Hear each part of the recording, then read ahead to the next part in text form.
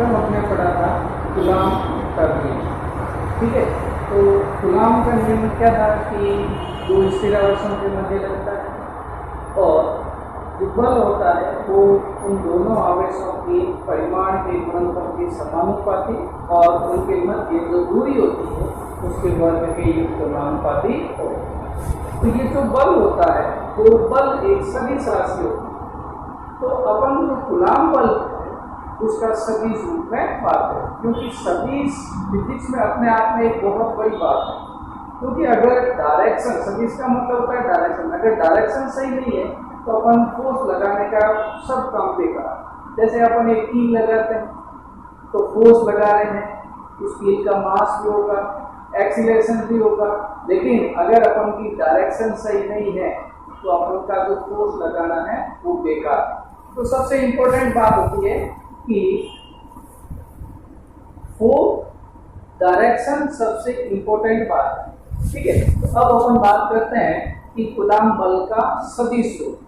ठीक है, तो इसमें दो बातें एक साथ नहीं बताऊंगा मैं आपको कि एक तो इसका क्वेश्चन भी बन जाता है कि भाई कूलाम बल है वो क्रिया प्रतिक्रिया नियम का पालन करता है। इलेवेंथ क्लास में अपने न्यूटन की गति का तृतीय नियम पढ़ा था कि क्रिया प्रतिक्रिया नियम। ठीक है, तो उसका पालन करता है और साथ में अपन बात करेंगे कि कूलाम बल का सदिश रूप। ठीक है, तो अपन यहाँ पे एक निर्देशांक ले लेते हैं, ये एक्स एक्सिस, ये वाई एक्सिस और ये जेड एक्सिस। ठीक है, और यहाँ पे दो बिंदु आवेश लेते हैं, एक लेते हैं Q1 और दूसरा लेते हैं Q2। और इन Q1 और Q2 आवेश का मूल बिंदु के सापेक्ष जो स्थिति सदिश है वो है R1 और R2। अब अपन बात करें कि ये जो Q1 आवेश है वो उस पर Q2 आवेश बल लगाए, तो इसमें बल की डायरेक्शन कैसे होगी उसकी बात करें। यानी कि कूलाम बल में जो बल की डायरेक्शन होगी वो दोनों आवेश जो होंगे उनको जो मिलाने वाली क्रिया रेखा होती है उसके अनुदिश होता है, चाहे अंदर हो चाहे बाहर। ठीक है, तो अब अपन बात करते हैं कि ये Q2 आवेश है वो Q1 पर फोर्स लगाएगा, तो ये जो इसकी दोनों आवेशों को मिलाने वाली जो रेखा है उसके अनुदिश ही आगे की ओर होगी, यानी कि F12। यानी कि 12 का मतलब हुआ पहले आवेश पर दूसरे आवेश द्वारा लगाया गया बल।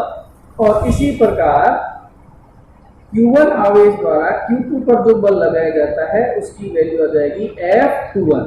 दोनों क्या होंगे, एक ही अपोजिट डायरेक्शन में होंगे पर एक ही क्रिया रेखा में होंगे।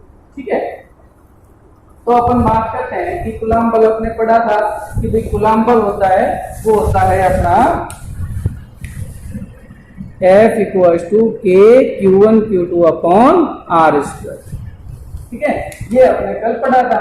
तो यहाँ पे वेक्टर फॉर्म की बात कर रहे हैं अपन।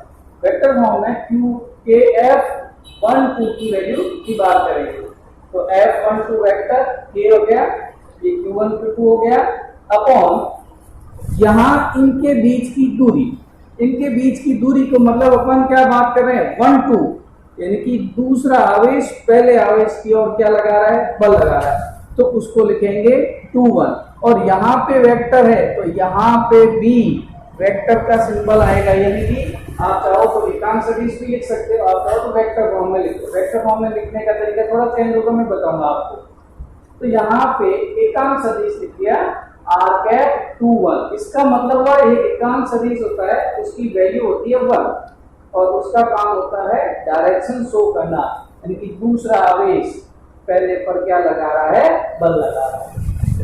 और एकांक सदिश का वैल्यू जो होती है, एकांक सदिश होता है सदिश A अपॉन सदिश A का परिमाण। इस टाइप से अपन लिख सकते हैं। तो इसी टाइप से R21 को अपन R21 का वेक्टर और R21 वेक्टर का मैग्नीट्यूड परिमाण, तो इसकी वैल्यू है।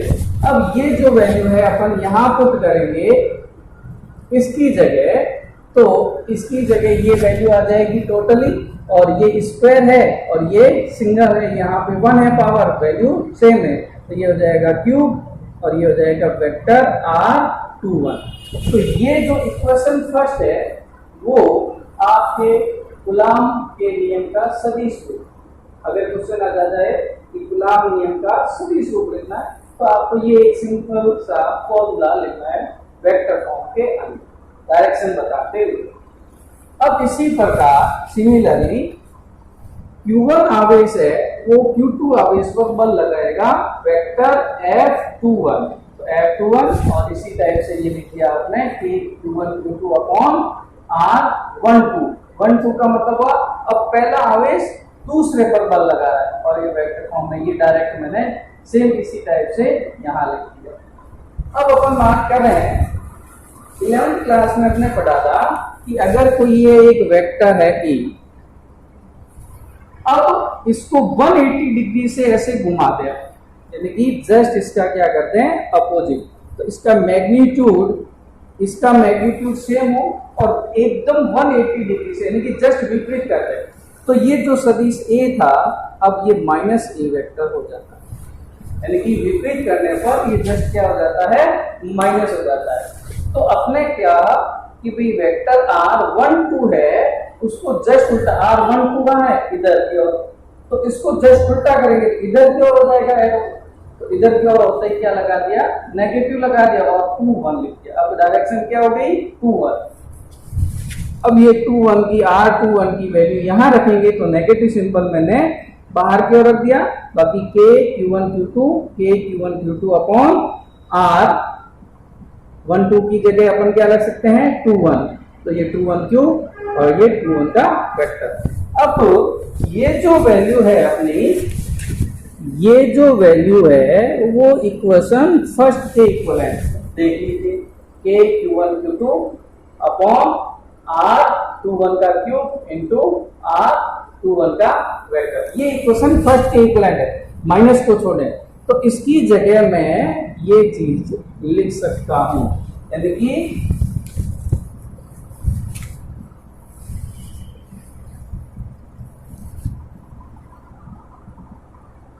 by using equation first, तो F21 vector equals to minus F1 and two. इस टाइप से अपन बात करें कि कूलाम बल है जो क्रिया प्रतिक्रिया नियम का पालन करता है। यही क्रिया प्रतिक्रिया नियम का नियम होता है जो किसी वस्तु पर जितना अपन लगाएंगे उतना उतना वापस मिलेगा, परिमाण में सेम होगा, यानी कि 10 न्यूटन तो वो भी 10 न्यूटन लगाए, लेकिन डायरेक्शन जस्ट क्या होती है अपोजिट होती है। ये तो इस टाइप से आपने इसका सदिश रूप भी कर लिया और ये क्वेश्चन भी हो गया किसी भी यदि कूलाम बल क्रिया प्रतिक्रिया नियम का पालन करता है। बात करते हैं कूलाम नियम के गुणधर्म, ठीक है। तो कूलाम नियम के गुणधर्म क्या क्या होते हैं उसकी अपन बात करते हैं कि किस पर ये निर्भर करता है। तो सबसे पहले अपन बात करेंगे ये जो कूलाम बल है वो केवल दो बिंदुपत आवेशों के मध्य ही चलता है और दोनों आवेश क्या होने चाहिए स्थिर अवस्था में होने चाहिए। तो देखो यह केवल दो स्थिर आवेशों के मध्य ही कार्य करता है, गतिशील आवेश होता है तो ये कूलाम बल कार्य नहीं करता। उसके बाद दूसरा पॉइंट कि ये जो कूलाम बल है जो व्युत्क्रम वर्ग के नियम का पालन करता है, यानी कि आपने लिखा था कि F समानुपाती 1/r², यानी कि ये व्युत्क्रम और ये हो गया वर्ग के नियम का क्या करता है पालन करता है। जैसे कि गुरुत्वाकर्षण नियम भी जो 11th क्लास में हमने पढ़ा था वो भी व्युत्क्रम वर्ग के नियम का पालन करता है, ठीक उसी प्रकार कूलाम नियम भी गुरुत्वाकर्षण नियम का पालन करता है। अब अपन बात करते हैं थर्ड पॉइंट कि कूलाम बल जो होता है वो दो आवेशों के मध्य जो माध्यम होता है उस पर भी निर्भर करता है। कल आपने बताया था कि एक बार क्या रखें एयर रखें दो आवेशों के बीच में, और दूसरी कंडीशन में क्या रखा था कि कांच या रबर या पैराफिन वगैरह कोई पदार्थ रखते हैं तो फोर्स पर क्या प्रभाव पड़ता है, यानी कि दोनों आवेशों के बीच में जब हवा या निर्वात होता है उस कंडीशन में जो कूलाम बल होता है उसकी वैल्यू अधिक होती है, और अगर कोई माध्यम रख देंगे तो उसकी वैल्यू कूलाम बल की वैल्यू कम होती जाएगी। ठीक है, तो अपन कह सकते हैं कि कूलाम बल माध्यम पर निर्भर करता है, जबकि गुरुत्वाकर्षण जो बल होता है वो माध्यम पर निर्भर नहीं करता। इसका दोनों के साथ में कंपैरिजन में एक दो पॉइंट आपको बताएंगे। अब फोर्थ पॉइंट बात कर रहे हैं कि कूलाम बल जो होता है वो आकर्षण प्रकृति का भी होता है और प्रतिकर्षण भी होता है। अगर समान आवेश है, समान प्रकृति के आवेश हैं, तो उनके मध्य होता है प्रतिकर्षण, और विपरीत प्रकृति के मध्य है तो उसके मध्य आकर्षण बल कार्य करता है। लेकिन जो गुरुत्वाकर्षण बल जो होता है वो केवल आकर्षण प्रकृति का ही होता है। अब अपन बात करते हैं जो इंपॉर्टेंट पॉइंट है इसका, इसकी बेस पे अपन आगे क्वेश्चन भी करेंगे। ये फिफ्थ जो पॉइंट है वो इंपॉर्टेंट है और इसके बेस पे क्वेश्चन भी करेंगे। तो कूलाम बल की जो दिशा होती है वो दोनों आवेशों को जो मिलाने वाली जो क्रिया रेखा होती है उसके अंदर या फिर बाहर। जैसे देखो कैसे कि अपन बात करें यहाँ पे एक ये प्लस आवेश, ठीक है भैया, ये Q1 और ये मान लीजिए Q2 है। तो अब बल की जो डायरेक्शन होगी, ये वाला आवेश इस पर बल लगाएगा तो इधर लगाएगा, ये एकदम सीधा, ऐसे एकदम सीधा लगाएगा, और ये वाला आवेश इस पर एकदम सीधा लगाएगा। यूं नहीं है कि ये जो आवेश है वो ऐसे बल लगा दे, ऐसा संभव नहीं होता है।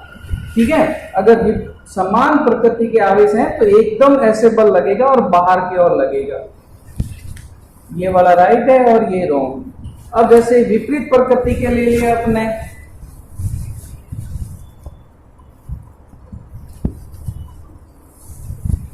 जैसे एक प्लस ले लिया और दूसरा माइनस ले लिया, तो अब ये Q1 मान लीजिए आवेश है और ये Q2। अब बल होगा वो अंदर की ओर होगा, ठीक है।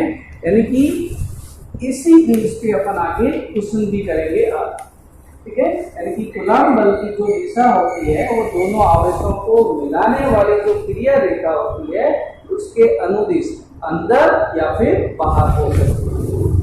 अब बात करते हैं अपन 6 पॉइंट, ये भी इंपॉर्टेंट है। कूलाम बल में अगर दो आवेश है, जैसे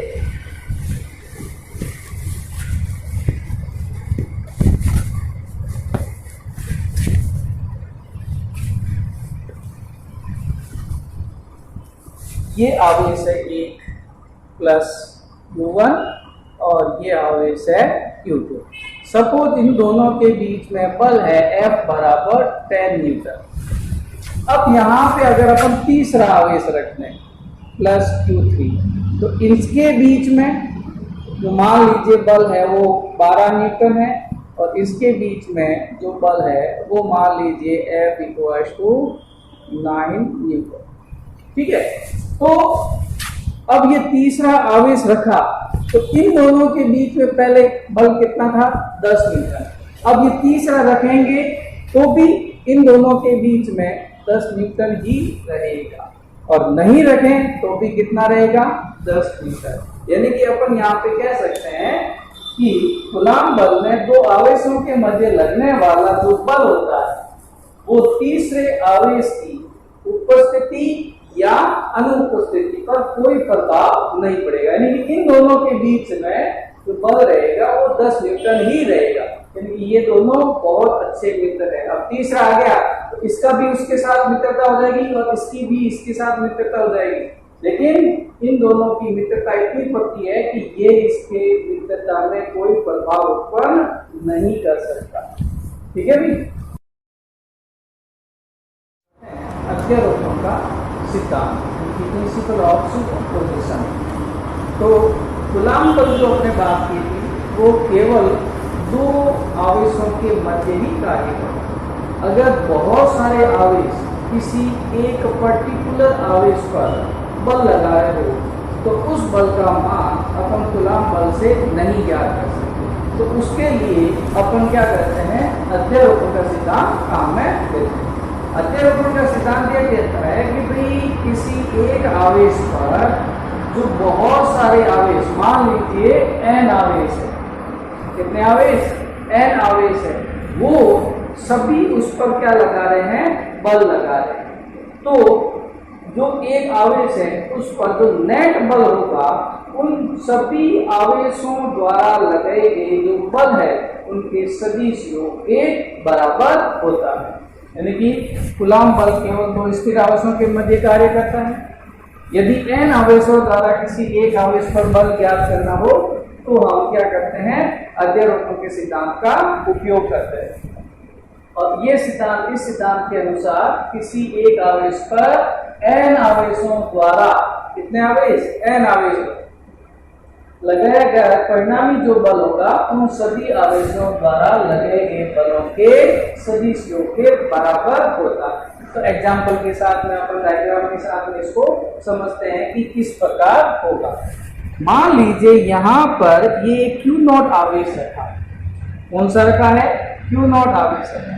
यहाँ पे Q1 है, यहाँ पे Q2, यहाँ पे Q3, यहाँ पे Q4 और इस टाइप से अपन बात करें तो मान लीजिए Qn आवेश। अब Q1 आवेश इस पर बल लगाएगा, Q2 भी लगाएगा।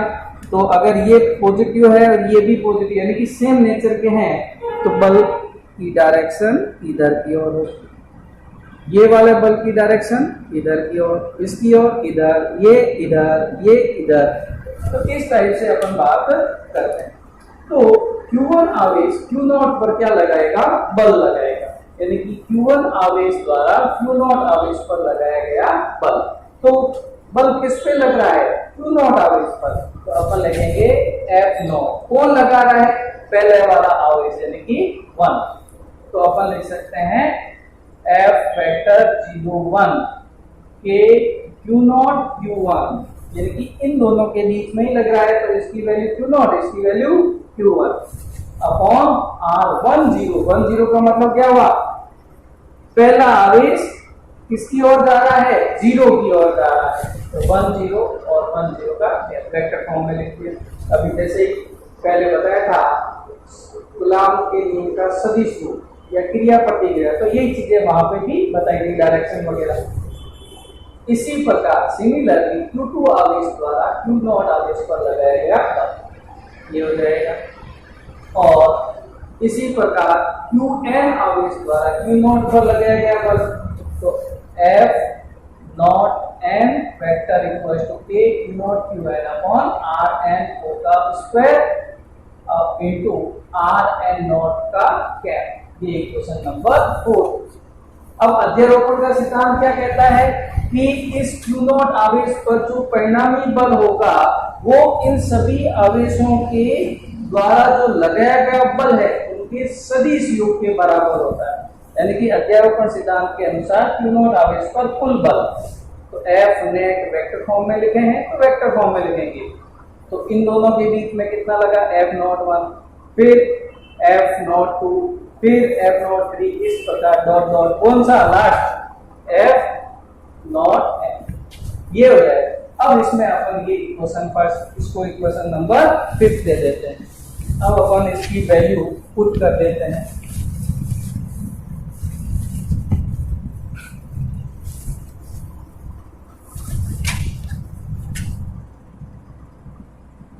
Equation first, second, third and fourth put in equation 5th।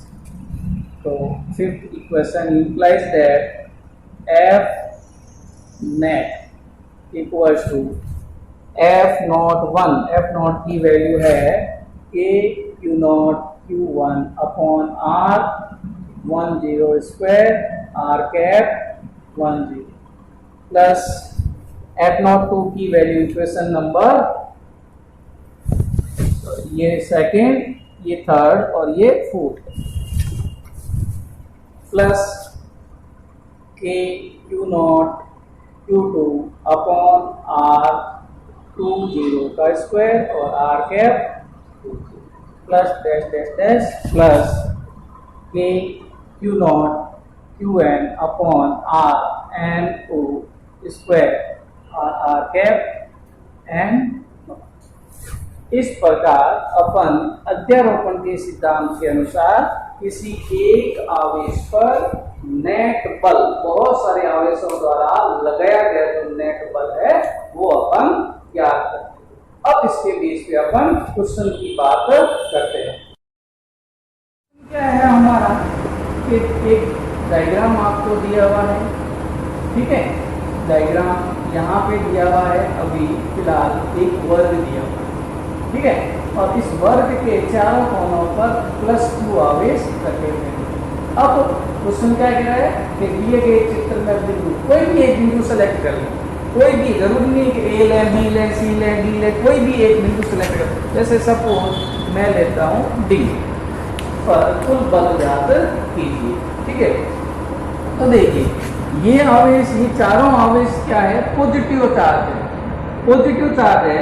तो ये ए वाला जो आवेश है वो डी आवेश, डी बिंदु पर स्थित जो आवेश है उस पर क्या लगाएगा, बल लगाएगा। तो उसकी जो डायरेक्शन होगी वो दोनों आवेशों को मिलाने वाली क्रिया रेखा के अनुदिश, प्लस प्लस है तो ये वाला इस पर लगाएगा, तो बाहर की ओर लगाएगा, क्योंकि एफ वेक्टर डी पॉइंट पे रखा हुआ है आवेश Q और कौन लगा रहा है, ए वाला, ये इधर की ओर है, और इसकी वैल्यू हो जाएगी KQ², क्योंकि देखो Q1 Q2 होता है तो ये भी Q और ये भी Q, तो Q × Q² अपॉन इस वर्ग के चारों भुजाएं हैं वो ए है, तो ये हो जाएगा A² KQ1 Q2 upon R², और डायरेक्शन हो जाएगी यहाँ पे R कैप A से D की ओर। ये इक्वेशन नंबर फर्स्ट दे देते हैं। अब ये वाला इस पर आप बल लगाया, वो इधर की ओर लगाया नीचे की ओर, और इसकी वैल्यू ये। अब ये वाला आवेश है वो इस पर बल लगाएगा तो उसकी डायरेक्शन इधर की ओर आएगी। तो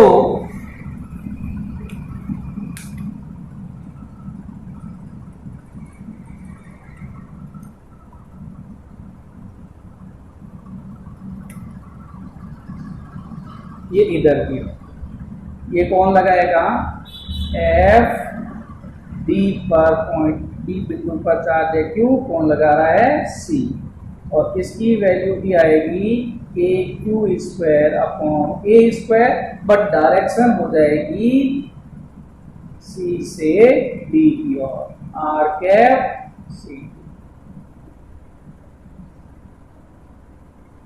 F D C।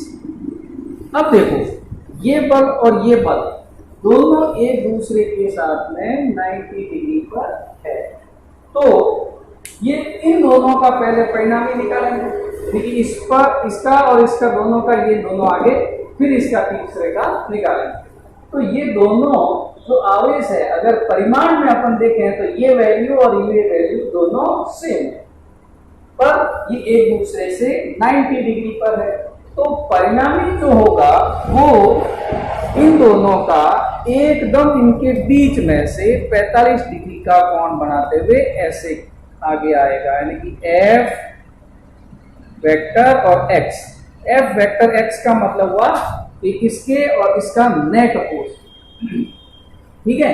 तो इस पर नेट फोर्स निकालने के लिए अपने 11th क्लास में पढ़ा था समांतर चतुर्भुज का नियम, वो होता है परिणामी वेक्टर R =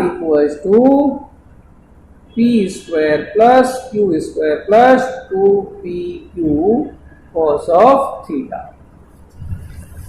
P और Q दो सदिश होते हैं और R उनका परिणामी सदिश होता है, और जो थीटा जो होता है वो P और Q के बीच का कोण होता है। तो अपने लिए P मान लीजिए ये है और Q ये है, तो इनके बीच में एंगल कितना हुआ, 90 डिग्री। कितना हुआ, थीटा = 90 डिग्री। तो Fx = √, इसमें मैग्नीट्यूड होता है तो KQ², P का मतलब ये ले लें, तो KQ² upon A² plus KQ² upon A², इसकी वैल्यू रख दी। अब प्लस 2, P की वैल्यू यही रखेंगे, Q की वैल्यू रखेंगे स्क्वायर, बट थीटा की वैल्यू कितनी है भैया 90 डिग्री। तो cos 90 की जो वैल्यू होती है वो होती है आपके 0। क्या होती है 0 होती है। तो ये टोटली वैल्यू इसको 0 से मल्टीप्लाई करेंगे तो 0 हो जाएगा, तो ओवरऑल वैल्यू ये बच जाएगी। तो अब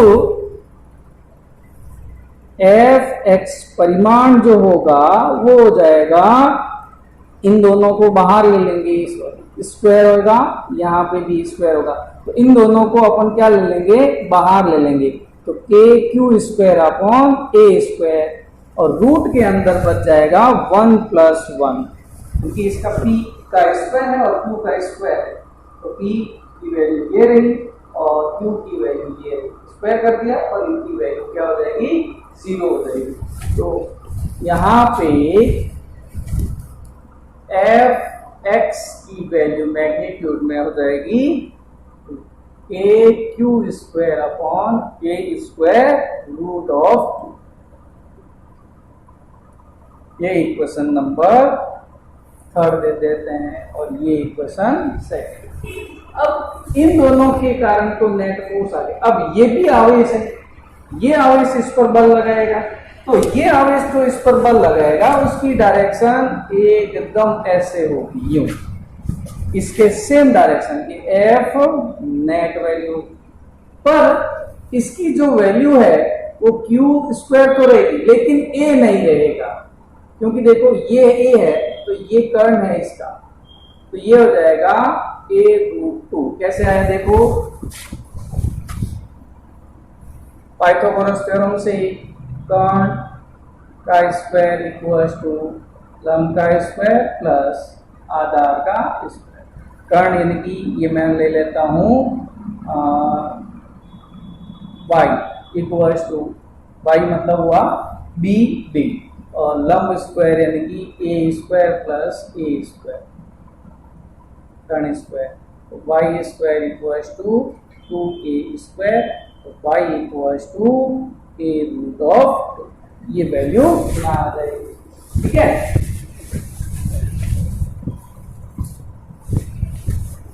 अब अपन बात करते हैं कि F इन दोनों के बीच में जो फोर्स होगा उसकी वैल्यू कितनी होगी, यानी कि अपन बात करते हैं F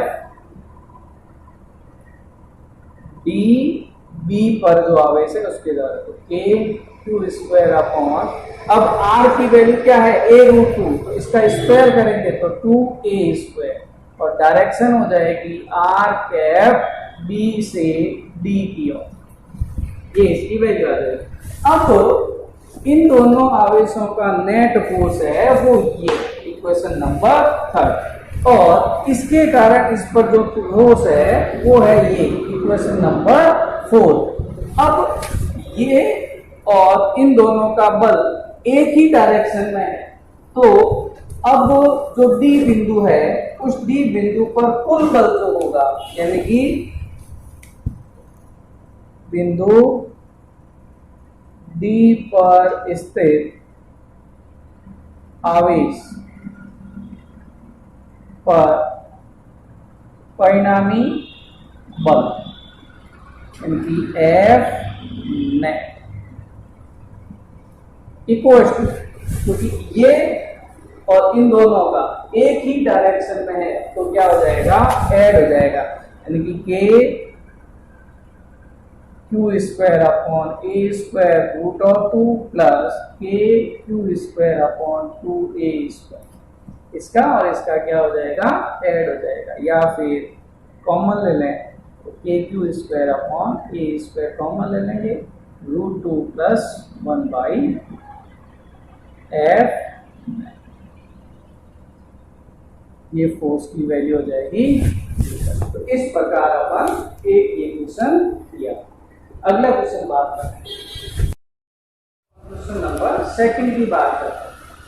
क्वेश्चन वही रख देते हैं, पर पहले वर्ग था, अब अपन एक समबाहु त्रिभुज ले रहे हैं, यानी कि समबाहु त्रिभुज यानी कि तीनों उसकी भुजाएं क्या होती है समान होती है, और प्रत्येक कोण यानी कि तीनों कोण जो होते हैं वो इक्वल होते हैं, यानी कि ये भी 60 डिग्री का, ये भी 60 डिग्री का और ये भी 60 डिग्री।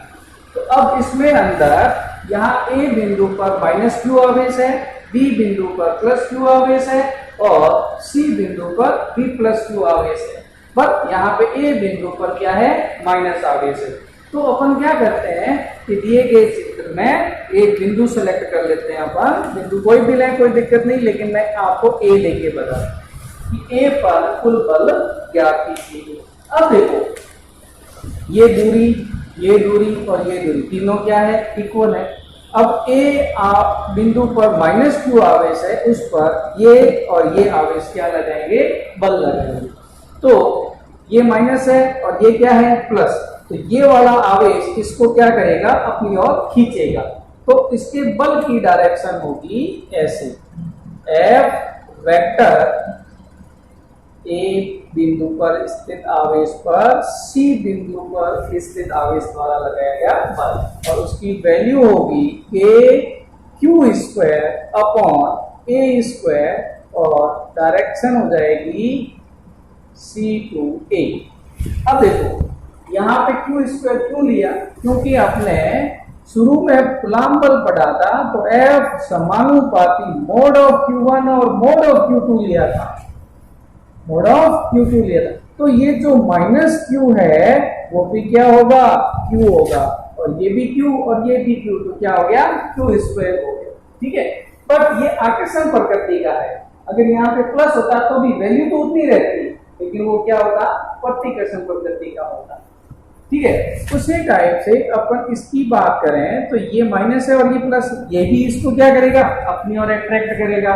तो इस फोर्स की वैल्यू हो जाएगी एफ वेक्टर ए पर स्थित आवेश पर, ए बिंदु पर स्थित आवेश पर बी बिंदु पर स्थित आवेश द्वारा लगाया गया बल, एफ इक्वल्स टू के Q square upon A square, और डायरेक्शन हो जाएगी आर कैप बी से ए की ओर। ये इक्वेशन नंबर फर्स्ट और ये इक्वेशन नंबर सेकंड दे देते हैं। अब ये देखो बल दोनों क्या है, अलग अलग डायरेक्शन में है। तो नेट जो बल होगा, देखो वैल्यू देखें तो इसकी जो मैग्नीट्यूड है, परिमाण, और इसका परिमाण दोनों का क्या है, सेम। ठीक है, तो ये दोनों अलग अलग डायरेक्शन में है। तो नेट जो फोर्स होगा वो होगा इन दोनों आवेशों के एकदम बीच में से, ऐसे एफ नेट।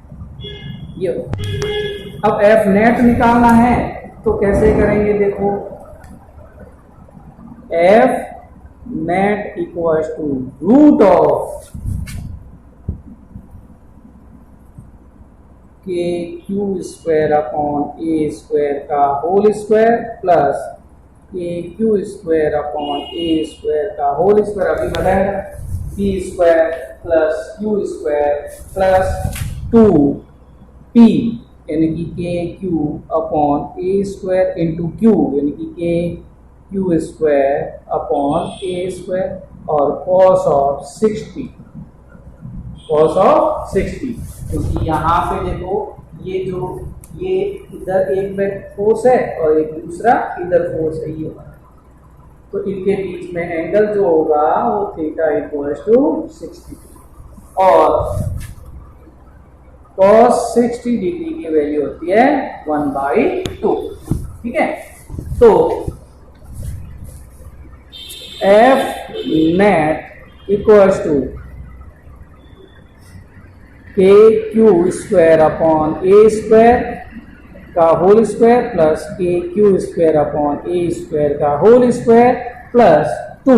अब देखो ये वैल्यू और ये वैल्यू सेम है तो इसका स्क्वायर कर देते हैं, के Q square upon A square, और cos 60 की वैल्यू 1/2, 2 से 2 कैंसिल आउट हो जाएगा, और यहाँ पे के Q square upon A square common आ जाएगा बाहर, और अंदर रूट में बच जाएगा 1 + 1 + 1 एफ नेट।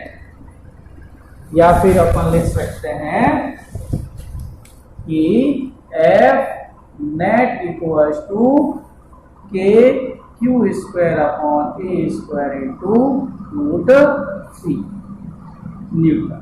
ये इस प्रकार अपन एक समबाहु त्रिभुज के लिए किसी एक बिंदु पर नेट फोर्स ज्ञात करते हैं।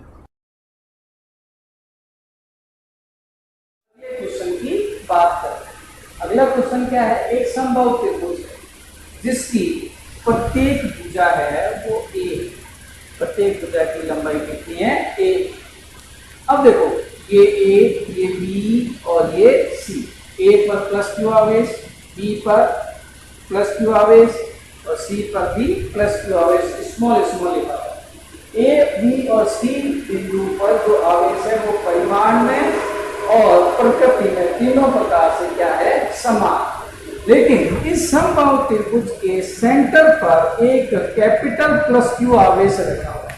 तो देखो इनकी सबकी प्रकृति तो समान है लेकिन इसका मैग्नीट्यूड इन तीनों के कंपैरिजन में चेंज है।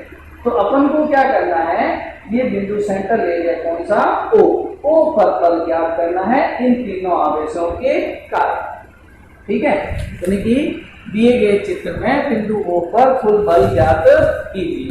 तो देखिए सबसे पहले अपन बात करते हैं कि ये वाला आवेश इस पर बल लगाएगा तो बल की डायरेक्शन जस्ट ऐसे होगी, यानी कि F net F O C equals to K small q capital Q upon ये जो दूरी है वो मान लेते हैं अपन, देखो कि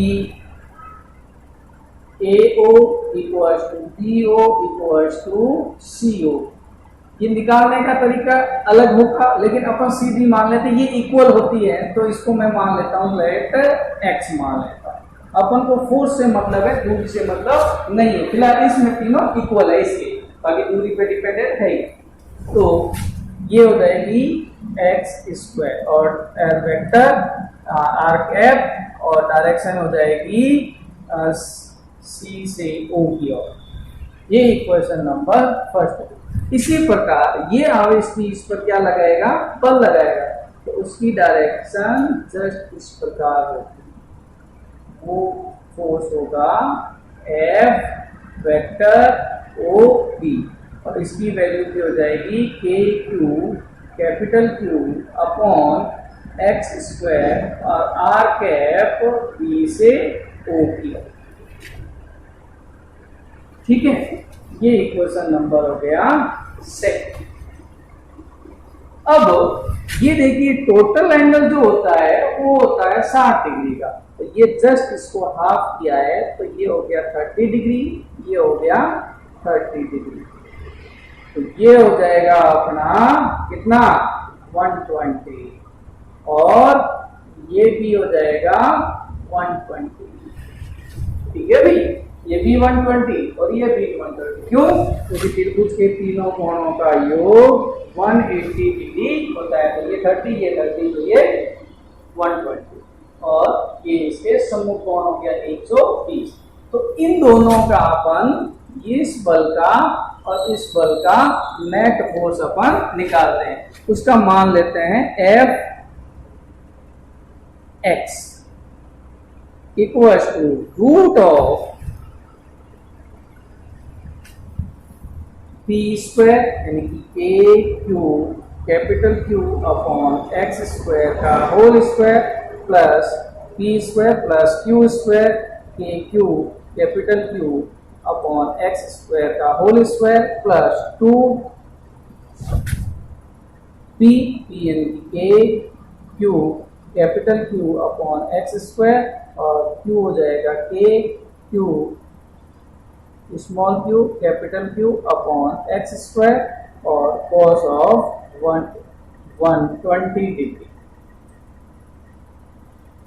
क्योंकि ये वैल्यू थीटा की वैल्यू कितनी है 120 डिग्री और cos 120 इक्वल टू -1/2 होता है। तो root of Q upon x square का whole square plus Q upon x square का whole square plus 2 Q upon x square इसका होल स्क्वायर हो जाएगा क्योंकि ये और ये वैल्यू सेम है और cos 120 की वैल्यू होती है -1/2।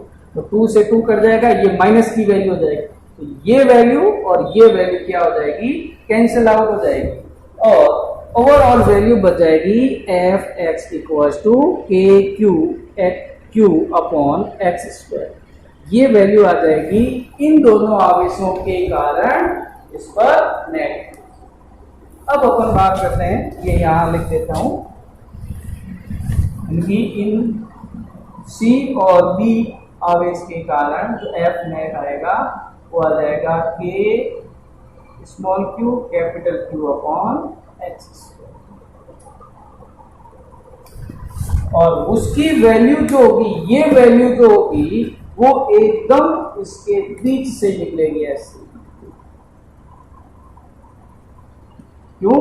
क्योंकि ये और ये दोनों परिमाण में क्या है, समान है, तो टोटल एंगल है 120 डिग्री, तो ये एंगल हुआ 60 और ये 60 एकदम बीच से ऐसे निकलेगी। अब अपन बात करते हैं, ये इक्वेशन नंबर 3 दे देते हैं। अब ये वाला आवेश एक ही बचा भाई, ये और ये इन दोनों का परिणाम ही अपने निकाल लिया, ये आया।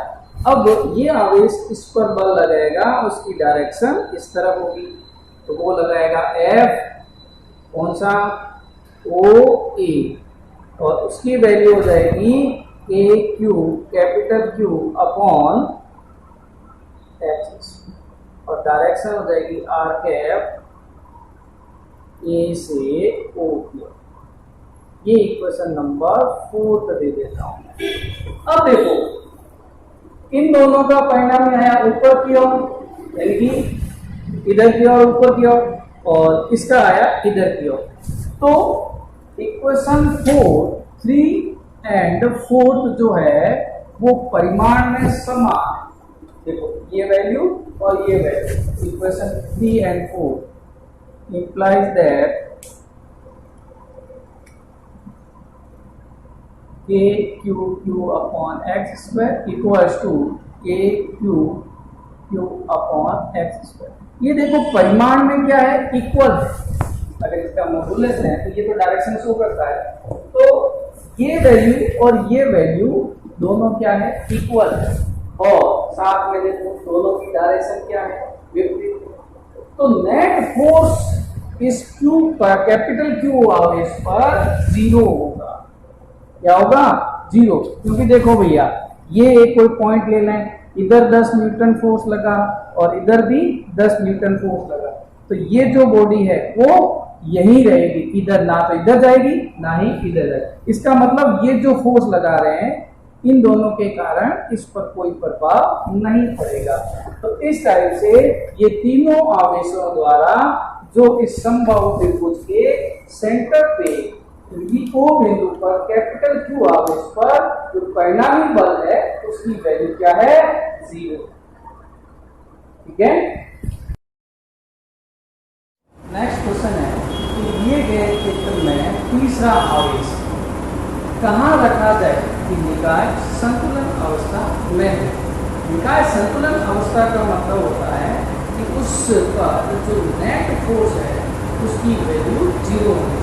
तो नेट फोर्स 0 कैसे होगा कि दोनों जो बल होंगे वो इधर और इधर, यानी कि दोनों विपरीत दिशा में होने चाहिए। और जैसे इधर 10 न्यूटन है तो इधर भी क्या होना चाहिए, 10 न्यूटन होगा, तभी निकाय क्या होगा, संतुलन अवस्था में होगा। यानी कि संतुलन अवस्था का मतलब होता है कि उस निकाय पर जो नेट फोर्स है उसकी वैल्यू हमेशा 0 होनी चाहिए, और 0 होने के लिए दोनों बल उस बिंदु पर परिमाण में समान और विपरीत दिशा में होने चाहिए, तभी नेट बल क्या होगा, 0 होगा। अब अपन बात करते हैं इस पर। तो देखो एक तीसरा आवेश ले लेते हैं प्लस क्यू। तो जैसे मैं पहले ये पोजीशन पे रख देता हूं प्लस क्यू, Q1 के थ्रू करें, तो देखो प्लस भी लेंगे माइनस भी लेंगे, तो इस प्लस आवेश के कारण इस पर बल लगेगा वो इधर की ओर लगेगा, क्योंकि ये प्लस और ये भी प्लस इसको क्या करेगा, प्रतिकर्षित करेगा, और ये प्लस और ये भी प्लस, तो ये भी क्या करेगा, इसको प्रतिकर्षित करेगा। यानी कि दोनों इन दोनों आवेशों के कारण इस पर जो बल होगा वो इधर की ओर होगा, बाहर की लेफ्ट साइड की ओर होगा। तो दोनों एक ही दिशा में हो गया तो नेट फोर्स 0 नहीं हो सकता।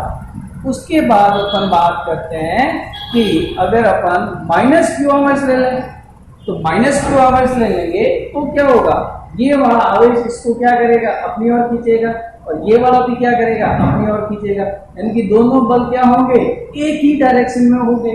तो एक ही डायरेक्शन में हो गया तो नेट फोर्स 0 नहीं हो सकता। तो ये परिस्थिति इधर भी आती है, इधर बताया वैसे ही ऐसी इधर भी परिस्थिति आती है। तो देखो दोनों आवेशों के बाहर तो निकाय संतुलन अवस्था में नहीं हो सकता। अब अपन क्या करें, यहां पे ले लें कहीं पे प्लस q, जो इससे सपोज x दूरी पर स्थित है। अब देखो ये 1, ये 2 और ये 0, तो ये वाला आवेश इस पर बल लगाएगा, उसकी डायरेक्शन इधर की ओर होगी। ये भी प्लस और ये भी प्लस, तो बल हो गया इधर की ओर, वो हो गया F01, और ये वाला बल लगाएगा इस पर तो इसकी डायरेक्शन हो जाएगी F02। अब देखो दोनों बल अपोजिट डायरेक्शन में, ठीक है। अब इसकी वैल्यू और इसकी वैल्यू अगर इक्वल होती है तो निकाय क्या होगा, संतुलन अवस्था में। यानी कि संतुलन अवस्था के लिए F02 इक्वल्स टू F01, दोनों बल परिमाण में तो समान है होने चाहिए और विपरीत दिशा में दिख रहे हैं, जस्ट अपोजिट। तो देखो ये x दूरी पर है तो ये पीछे जो बचा वो बच जाएगा r माइनस एक्स, क्योंकि इन टोटल इन दोनों आवेशों के बीच में 1 और 2 के बीच में दूरी कितनी है, r है। तो ये वाली बच जाएगी r माइनस एक्स, क्योंकि x क्या हो जाएगा, कम हो जाएगा r में से। तो F02 ये वैल्यू k q स्क्वायर, क्योंकि ये भी q है और ये भी q है तो स्क्वायर हो जाएगा, अपॉन ये जो दूरी है कितनी है, r माइनस एक्स का होल स्क्वायर इक्वल्स टू, इसकी बात करें तो F01 की वैल्यू यहां से यहाँ देखो k q square upon x square, तो k q square cancel out हो गया, स्क्वायर से स्क्वायर कैंसिल हो गया, x equals to r minus x. तो ये x इधर आ जाएगा तो हो जाएगा 2x इक्वल्स टू r, यानी कि x इक्वल्स टू r/2। यानी कि इस परिस्थिति में जो निकाय है वो संतुलित अवस्था में होगा। कहां पे तीसरा आवेश रखें, एकदम सेंटर पे रखें, x इक्वल्स टू r/2 पर रखें, ठीक है। चाहे माइनस हो चाहे प्लस हो, दोनों स्थिति में यही पोजीशन आएगी। अब अपन नेक्स्ट क्वेश्चन की बात करते हैं। देखो इसमें थोड़ा सा मैं मैग्नीट्यूड चेंज कर देता हूं कि एक ले लेता हूं यहां पे प्लस q और यहां पे ले लेता हूं प्लस 4q। यहाँ पे q था समान प्रकृति के हैं, तो न्यूट्रल पॉइंट यानी कि जो निकाय की संतुलन अवस्था है वो कहाँ आएगी, बीच में आएगी। अब अपन यहाँ पे q ले लें और यहाँ पे 4q ले लें, और ये एक दूसरे से r दूरी पर स्थित, ठीक है भाई, r दूरी पर है। तो उसी अब अपन बात करते हैं, अगर मैं यहाँ पे ले लूं प्लस तो ये वाला इसको इधर की ओर और ये वाला बल इधर की ओर लगाएगा, तो ये संभव नहीं। और माइनस ले लूं तो दोनों इधर की ओर लगेंगे, जैसे कि अभी पहले बताया था, तो ये संभव नहीं। अब अपन को कहाँ लेना है, बाहर तो दोनों तरफ, यहाँ और यहाँ संभव नहीं। तो अपन क्या करते हैं, इसके बीच में कहीं पे भी यहाँ पे प्लस q आवेश रख देते हैं। ये मान लेते हैं 1, ये 2 और ये मान लेते हैं 0। तो ये 1 वाला 0 पर बल लगाएगा, उधर की ओर लगाएगा F वेक्टर 0 1, और ये वाला इधर लगाएगा बल किधर, F 0 2। अब यहां से यहां तक दूरी कितनी है, r, तो ये मैं मान लेता हूं, ये अपने हिसाब से रखा है, कहीं पे भी हो, मान लीजिए वो कितनी दूरी है, x दूरी है, तो ये पीछे जो बचेगी वो बच जाएगी आपके r माइनस एक्स।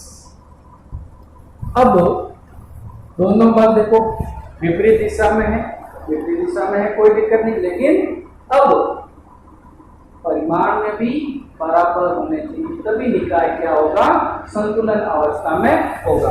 यानी कि F02 इक्वल्स टू F01, विपरीत तो है ही, पर परिमाण में भी समान होना चाहिए। तो F02 यानी कि इसके कारण इस पर बल लग रहा है, तो देखो वैल्यू कितनी हो जाएगी, K, एक ये रहा Q इंटू ये कितना है 4Q, 4Q अपॉन दूरी कितनी है r माइनस एक्स का whole square equals to F01, 01 ये है 0 और ये 1 इस पर बल लगाएगा, तो ये हो जाएगा K, ये भी Q, ये भी Q, यानी कि Q स्क्वायर अपॉन ये दूरी हो गई x स्क्वायर। ठीक है, तो ये देखो Q, ये Q स्क्वायर हो जाएगा, ये कट जाएगा, ये K कट जाएगा, ये x स्क्वायर इसके साथ आ जाएगा, यानी कि 4x square equals to r minus X का होल स्क्वायर। दोनों तरफ रूट ले लें तो ये हो जाएगा 2x equals to r minus x, तो ये x इधर आ जाएगा, तो ये हो जाएगा 3x इक्वल्स टू r, तो x equals to r upon 3। यानी कि ये जो अपन तीसरा आवेश रखेंगे वो इन दोनों के जो बीच में दूरी है उनके कितना 3 में होगा, वहां पे निकाय संतुलन अवस्था में होगा। इसी टाइप का एक दूसरा क्वेश्चन करते हैं। अब अपन क्या करते हैं, इसी टाइप का एक दूसरा क्वेश्चन देते हैं, क्योंकि अभी दोनों को क्वेश्चन किए थे उसमें प्लस प्लस आवेश किया था, अब एक प्लस और एक माइनस लेते हैं। कैसे, देखो यहाँ पे ले लिया आपने प्लस 2 आवेश और r दूरी पर एक और आवेश लिया, वो लिया आपने यहाँ पे माइनस का 4q लिया, माइनस का 4q आवेश लिया। ठीक है भाई, तो अब अपन तीसरा आवेश कहाँ रखें कि निकाय क्या आ जाए, संतुलन अवस्था में आ जाए। तो देखो अपन पहले बात करते हैं, अभी बीच में क्या किया था कि बीच में रखते हैं, तो यहाँ पे अगर मैं बीच में कहीं रख देता हूँ, जैसे यहाँ पे पहले प्लस रख देता हूँ, तो ये वाला आवेश इसको क्या करेगा, प्रतिघर्षित करेगा, इधर की ओर धक्का देगा, और ये वाला इसको क्या करेगा, ये प्लस है और ये माइनस है, अपनी ओर खींचेगा। तो संभव नहीं हो सकता है, क्योंकि देखो इसके द्वारा और इसके द्वारा लगाया गया जो बल है वो एक ही डायरेक्शन में है, क्या है, एक ही डायरेक्शन में है। अब यहाँ पे अगर प्लस की जगह माइनस लेता हूं तो इधर की ओर बल आ जाएगा।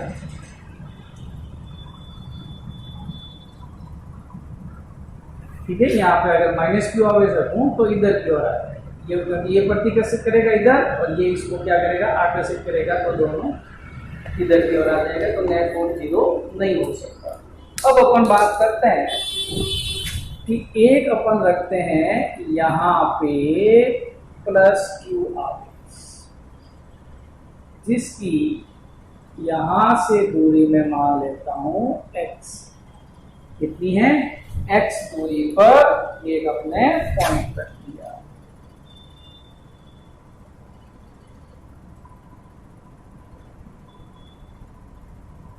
ये 1, ये 2 और ये 0।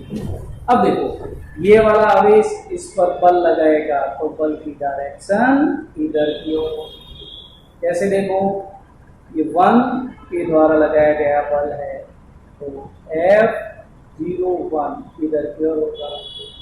ठीक है, और F01 की जो वैल्यू है वो है आपके क्यू स्क्वायर, क्योंकि ये भी क्यू ये भी क्यू अपॉन दूरी कितनी है x, एक क्वेश्चन नंबर 5। तो ये इधर की ओर लगा, अब ये आवेश इस पर क्या लगाएगा, बल लगाएगा, तो इसकी डायरेक्शन किधर होगी उसकी बात करते हैं। तो देखो ये माइनस है और ये क्या है, प्लस है, तो ये वाला आवेश इसको अपनी ओर खींचेगा, यानी कि इधर की ओर होगा F02। और यहां से इसकी दूरी है वो r प्लस एक्स, है, यानी कि F02 इक्वल्स टू a, और ये देखो ये q और ये क्या है -4q, यानी कि q इंटू 4q, क्योंकि मैग्नीट्यूड आएगा तो माइनस का प्लस हो जाएगा upon square r plus x का होल स्क्वायर, यानी कि लिख सकते हैं F02 equals to 4kq square upon r plus x का होल स्क्वायर। ये समीकरण नंबर 2। तो देखिए यहाँ आवेश रखते हैं अपन, तो इन दोनों आवेशों का जो इस पर बल है वो जस्ट क्या है, अपोजिट है। और अब नेट फोर्स 0 होने के लिए इन दोनों की वैल्यू क्या होनी चाहिए, इक्वल होनी चाहिए। संतुलन अवस्था के लिए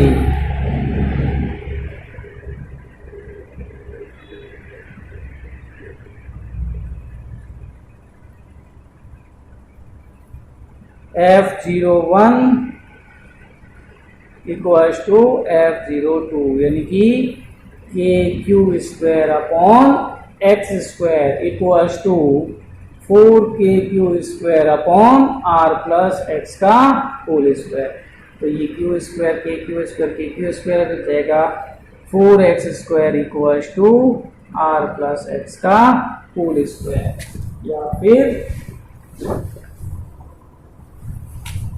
स्क्वायर रूट हटा दें तो 2x equals to r plus x, ये x इधर आ जाएगा तो बच जाएगा only for x equals to r।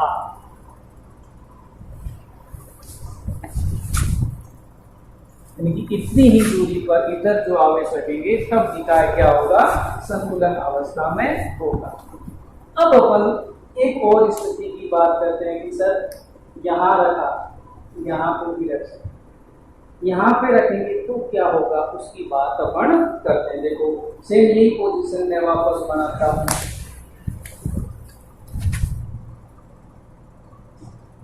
ये प्लस क्यू, ये को, और ये माइनस 4, ये डिस्टेंस है इन दोनों के बीच में, वो कितनी है, r है। उसके बाद अब अपन यहां से कितनी दूरी पर, x दूरी पर एक प्लस क्यू आवेश रखें।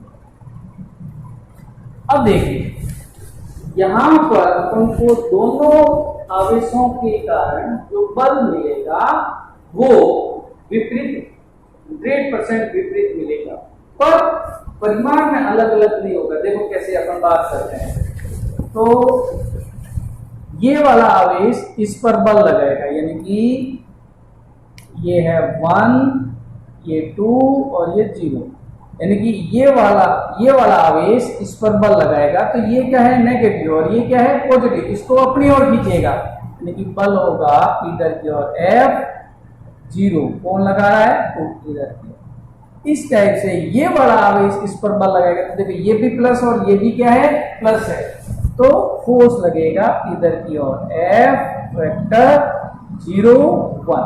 अब देखो दोनों बल विपरीत दिशा में आते हैं, ठीक है, तो परिमाण में बराबर होंगे। तो देखते हैं, हम बात करते हैं, तो F01 इक्वल्स टू F02, अगर परिमाण में लेंगे तो ये बात करेंगे। अब अपन F01 की वैल्यू बात करते हैं, तो 0, 1 यानी कि इसके और इसके बीच की बात है, तो इसके और इसके बीच की दूरी है वो r प्लस कितनी है, x है, r प्लस x है। तो फोर्स हो जाएगा k, ये भी q, ये भी q, तो k q square upon r plus x का होल स्क्वायर इक्वल्स टू, इन दोनों की बात करेंगे तो k और 4q और q, यानी कि 4q स्क्वायर, जैसे अभी यहाँ बात की माइनस है वो भी प्लस आ जाएगा, मैग्नीट्यूड लेते हैं, अपॉन यहाँ से यहाँ तक की दूरी कितनी है, x। अब देखिए कि सर ये बराबर आ गया, ये भी बात सही है, ये भी बात सही है, लेकिन ये वाला गलत है। क्यों है? क्योंकि देखो अंश और हर, इसमें भी वैल्यू बराबर होनी चाहिए। देखो यहाँ पे हर की वैल्यू क्या है, ज्यादा है, लेकिन ऊपर कोई वैल्यू का वापस मल्टीप्लाई के रूप में नहीं आया, तो ये वैल्यू क्या हो रही है, कम हो रही है। लेकिन यहाँ पे देखो हर में वैल्यू क्या है, अधिक है, इसके कंपैरिजन में तो अधिक है, तो फोर्स क्या होगा, ज्यादा होगा। ये वैल्यू कम है, सॉरी वैल्यू कम है, तो फोर्स क्या होगा, अधिक होगा। और ऊपर भी मल्टीप्लाई में कितना आ गया, 4 आ गया, तो ऊपर वैल्यू 4 आ गया, तो ये फोर्स की वैल्यू क्या है, ज्यादा है, और इस फोर्स की वैल्यू क्या है, कम है। तो इस कंडीशन में ये अंश और हर से ये मैच नहीं करते, ये वाला जो पॉइंट है वो अपन नहीं ले सकते। ओनली फॉर कौन सा लेना है, इधर वाला। ठीक है भाई, इस टाइप से अपन ने आज ये क्वेश्चन किए। अपन आगे के जो टॉपिक्स है वो कल बात करेंगे। कल अपन पढ़ेंगे विद्युत क्षेत्र, विद्युत क्षेत्र की तीव्रता और विद्युत बल है। ये इंपॉर्टेंट है, बहुत इजी सा टॉपिक है, इसके क्वेश्चन कई बार बोर्ड में आते हैं। ठीक है, तो इसके बारे में अपन कल पढ़ेंगे। Thank you.